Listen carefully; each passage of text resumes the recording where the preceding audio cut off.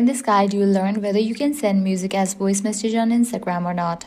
Let's get started. Launch Instagram, navigate to the chats page, open the conversation where you want to send the message.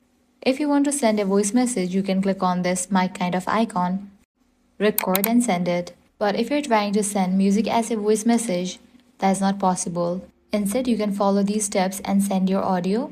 For that, what you want to do is locate the audio file. Now upload this file to the drive. Click on the share option and select drive option. Click on upload. After it has been uploaded to the drive, locate it. Click on three dots. Select the option manage access. Click on the option restricted. Again, click on restricted. Check in for the option anyone with link. Now copy this link. Close this, launch your Instagram. Open the conversation, paste the link and send it. Whenever the person will click on this link, music will appear. So that's a wrap for this video. I hope now you guys are clear whether you can send music as voice message on Instagram or not. If this guide was helpful, do not forget to like, share and subscribe.